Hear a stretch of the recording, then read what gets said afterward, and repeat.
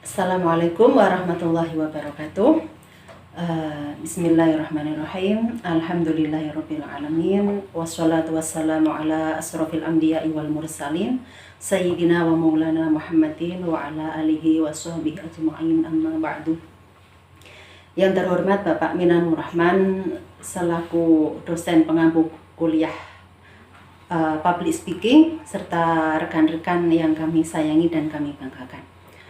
Pertama-tama marilah kita panjatkan puja dan puji syukur kita kehadirat Allah Subhanahu wa Ta'ala atas segala limpahan rahmat, taufik serta hidayahnya kepada kita semua. Tidak lupa sholawat serta salam senantiasa tercurah kepada junjungan kita Nabi Agung Muhammad Sallallahu Alaihi Wasallam, dan semoga kelak kita mendapatkan syafaatnya besok di hari akhir. Amin ya rabbal alamin. Saya mengucapkan banyak terima kasih atas kesempatan yang telah diberikan untuk saya menyampaikan sebuah pidato tentang 8 hikmah puasa. Puasa adalah salah satu ibadah istimewa yang kata Rasulullah tiada bandingannya. Salah satu aspek yang membuatnya istimewa selain keutamaan puasa adalah hikmah puasa. Sedikitnya ada 8 hikmah dari puasa yang kami sarikan dari Tafsir Munir karya Syekh Wahbah Al-Zuhaili, Tafsir Al-Azhar karya Hamka, dan Fikih Puasa karya Syekh Yusuf Al-Qaradawi. Hikmah yang pertama yaitu puasa mensucikan jiwa. Hikmah puasa yang pertama adalah tazkiyatun nafas, mensucikan jiwa. Mengapa? Karena dengan puasa manusia memilih untuk menahan diri dari hal-hal yang sebenarnya halal untuknya. Sejak terbit fajar hingga terbenamnya matahari, manusia menahan diri dari makan, minum, dan jima. Kalau ia mau, ia bisa saja melakukannya. Toh tidak ada yang mengetahuinya. Saat berada di dalam rumah yang tertutup, di dalam kamar yang terkunci, tidak ada orang lain yang mengetahui jika ia makan ataupun minum. Tetapi ia tidak melakukannya karena Allah Subhanahu wa Ta'ala. Nah, dari sini hikmah puasa, ia menahan nafsu yang merupakan bagian dari kotoran jiwa. Puasa membersihkan jiwa yang umumnya terkotori karena memperturutkan hawa nafsunya. Hikmah yang kedua yaitu puasa memupuk muraqabatullah. Ibadah puasa sangat berbeda dengan ibadah lainnya yang mudah dilihat oleh sesama manusia. Sholat di masjid kelihatan, sedekah di masjid kadang diumumkan, zakat dicatat, haji justru diantar rombongan. Nah, puasa tidak ada yang melihatnya kecuali Allah Subhanahu wa Ta'ala. Saat melihat makanan atau mencium bau yang lezat, orang berpuasa tidak memakannya. Ketika ada minuman yang menggoda, dalam kondisi haus pun orang yang berpuasa tidak meminumnya.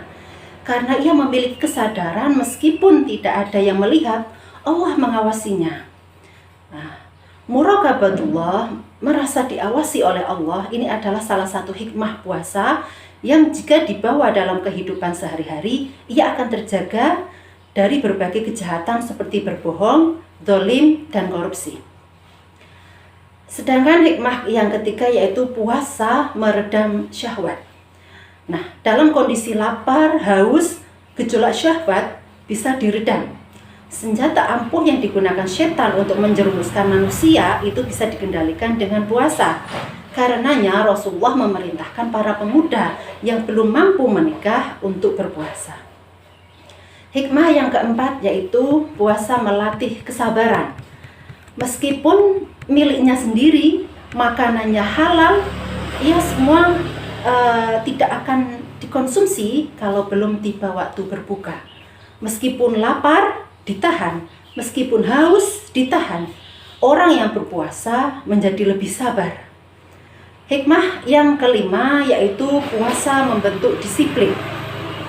Puasa memiliki waktu yang mengikat. Kapan mulai berpuasa sudah waktunya, yakni mulai terbit fajar. Kapan berbuka juga ada waktunya, yaitu ketika matahari terbenam. Rasulullah juga mensunahkan untuk menyegerakan berbuka dan mengakhirkan sahur.